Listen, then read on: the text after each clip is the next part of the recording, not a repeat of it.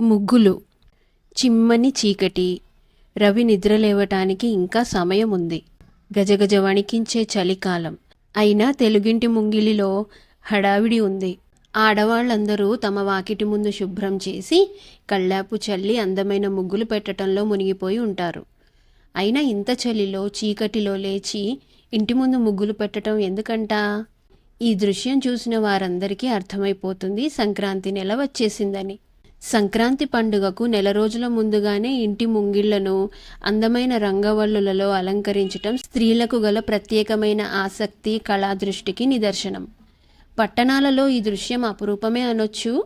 కానీ కొన్నేళ్ల క్రితం పల్లెల్లో, పట్టణాల్లో సంబరంగా ఉండేది.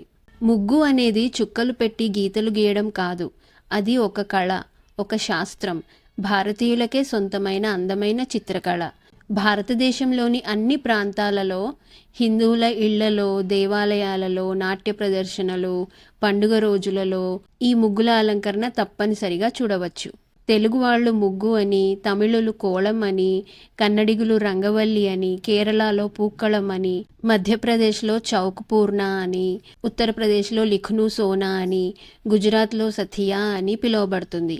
ఈ ముగ్గుల పూర్వచరిత్ర గురించి తెలుసుకుంటే ఇది చాలా పురాతనమైనది.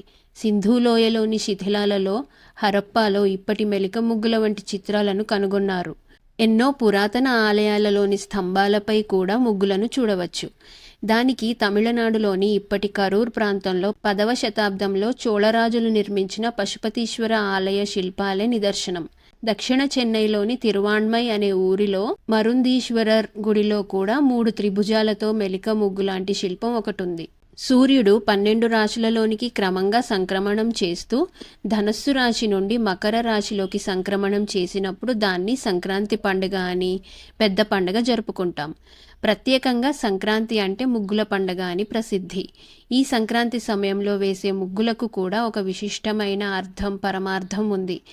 ఆకాశంలో ఏ నక్షత్రం ఎక్కడ ఉంటుందో, ఏ నక్షత్రానికి ఎటుపక్క ఏ గ్రహాలు ఉంటాయో, ముఖ్యంగా సూర్యుని చుట్టూ ఏ గ్రహాలు తిరుగుతూ ఉంటాయో చెప్పే అద్భుత ఖగోళ పాఠమే ముగ్గు.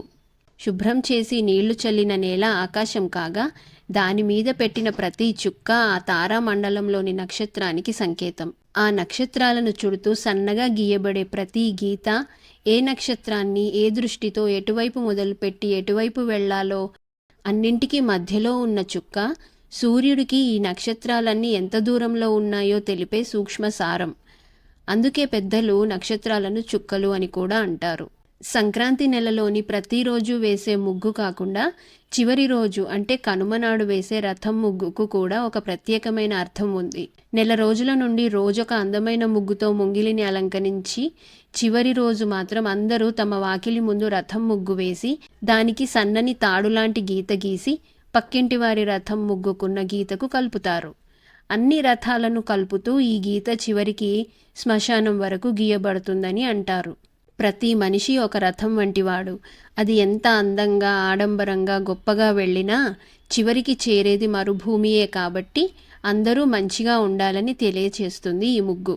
సంక్రాంతి నాడు ఇంటి ముందు రంగులతో అలంకరించిన ముగ్గు మధ్యలో ఆవు పేడతో తయారు చేసిన గొబ్బెమ్మలను కూడా పెడతారు. దానికి పసుపు కుంకుమతో బొట్లు పెట్టి బంతిపూలతో అలంకరిస్తారు. 4 ఒకే సైజులో ఉన్న గొబ్బెమ్మలు, మధ్యలో మాత్రం కాస్త పెద్ద గొబ్బెమ్మను పెడతారు. అసలు ఈ గొబ్బెమ్మలు పెట్టడం వెనుక ఉన్న మర్మం తెలుసుకుంటే ఆశ్చర్యం కలుగుతుంది. గోపి ప్లస్ బొమ్మ, అదే గొబ్బెమ్మ. గోపి లేదా గోపికలు శ్రీకృష్ణుని మనస్ఫూర్తిగా ప్రేమించి అతనే సర్వాంతర్యామి అని భావించి అతనిలోనే ఐక్యం అవ్వాలి, మోక్షం పొందాలి అనే దృఢాభిప్రాయం ఉన్న కాంతలు. శ్రీకృష్ణుడు తన భర్తయ్యని నమ్మి అతను తప్ప వేరే ధ్యాసలేని మహాభక్తురాలు గోదాదేవి. శ్రీరంగనాథుని వలచి అతన్ని పెళ్లి చేసుకున్న భక్తురాలు. ఈ గొబ్బెమ్మలలో 4 వైపులా ఉన్నవి ఆ గోపకాంతలు. మధ్యలో ఉన్న పెద్ద గొబ్బెమ్మ ఆండాల్ లేదా గోదాదేవి అని పెద్దలు చెబుతారు. ఇది చలికాలం, దక్షిణాయనం. సూర్యుడికి భూమికి మధ్య దూరం పెరిగిపోవటం, మంచు వల్ల భూమికి వచ్చే సూర్యకిరణాల ప్రభావం తక్కువగా ఉంటుంది.